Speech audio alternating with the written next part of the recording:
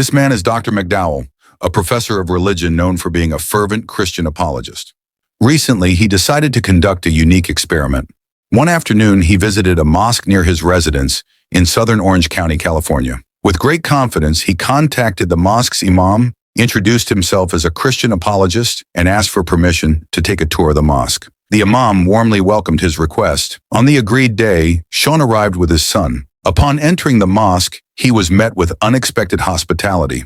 Not only was he granted permission, but the mosque's staff also welcomed them with traditional dishes served as a gesture of respect. Hey, think about joining me on a little journey. We reached out to a mosque near where I live and reached out to the imam named Tariq and said, hey, I'm a Christian apologist. Can I come get a tour of your mosque and then just ask you some questions about your faith? They were totally open to this. In fact, invited my son and I, who's 11, who you'll see going with me on this journey, to a meal ahead of time, which I think promises to be really good. The goal is to build some relationships and learn along the way. Let's go. That is your title, Imam. Yeah, Okay. Or religious director. Okay. So I direct all things religious. When the time for the Asr prayer arrived, Sean and his son observed the Muslims performing their prayer. The sight left his son in awe. He was deeply impressed by the tranquility, devotion, and harmony among the congregation. Even Sean, who had initially come with a skeptical attitude, could not hide his amazement at the spiritual atmosphere he witnessed firsthand. We're heading out now to get a chance to watch them for their afternoon prayers. Allahu Akbar. So we have a set amount of positions and we have set times where we pray, and it's 5 times a day. And each position of prayer, you do specific actions, and all of them are symbolizing an aspect of our relationship with God. So when we stand, we are reciting verses from the Quran. It's all in Arabic. My son found that prayer time so fascinating for a range of reasons. After the prayer, the imam and several mosque staff members invited Sean on a tour of the mosque's various facilities. From the ablution area to the Quran learning room, everything was neatly organized and meaningful. Their openness not only surprised Sean, but also created an opportunity for warm dialogue. Now we're headed to get a little tour of the mosque. So this is the main prayer hall. Okay. Over there, that's the pulpit. So that's where I give the Friday sermon.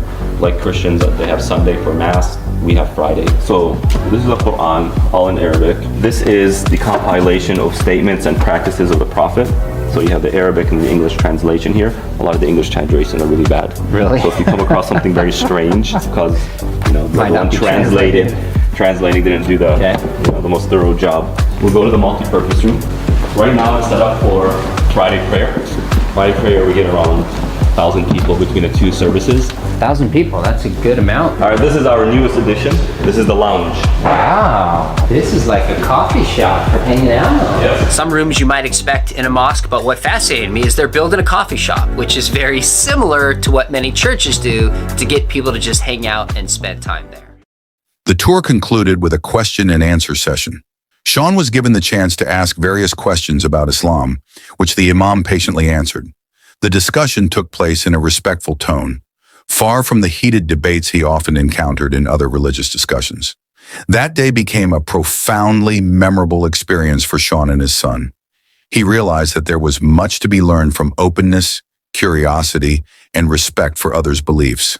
For Sean, the brief visit to the mosque was not just an experiment, but also a valuable lesson in tolerance and humanity. Appreciate you guys being great hosts and allowing me, as an apologist, I'm sure in the back of your mind are like, who is this guy? What's his angle? You guys have been incredible, and thanks for letting me just ask you some questions. Well, thanks for coming. We're very glad that you came to our institution to see who we are and what we do. And we're all about the dialogue, and I think there's a lot for us to learn from each other and for each other, especially in these times where people are trying to figure a lot of things out. Now, you described some people leaving the Islamic faith. Yeah. How much is that happening today? Because we hear about crises in like the Mormon church, you hear about it in the Christian faith, you hear about in other faiths. How common do you see that? How much does that concern you as an imam over a mosque when you look at the next generation? One of the greatest challenges about being imam of a mosque, or I think any religious leader has this challenge, is that people who come to the religious institution come for certain convictions. And that's only representing a subsection the broader community, right?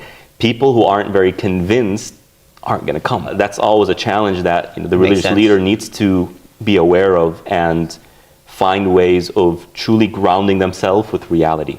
Right? So personally, I always try and find people who are out there in the business world, people who are less regulars at the mosque, and ask them the question, what's going on in the world? I want to know how people see the religion from the world you come from, not from the mosque where we all kind of share the same vision. That's why we're here. But in terms of statistics, I believe it's Pew Research found that about 23% of those born in a Muslim family no longer identify as Muslim. But the question is why?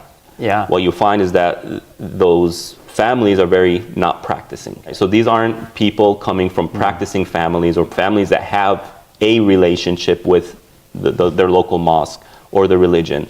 These are people who, their parents were Muslim just by name. That's it. They never practiced anything about the faith. So it's more cultural than it is. It's like, my parents said they're Muslim, so I'm just kind of doing whatever is left of that. And then by the time their children come about in America, it's okay, why is this relevant to me? The greatest challenge of religion in our times is how is it relevant? It's not an issue of does this ideology make sense? It's an issue of, okay, I get it, but what's the point? And if it's what's the point, then as an American, holding the name Muslim, that's a huge disadvantage in the public world. So might as well shed it. What would be the point in doing so?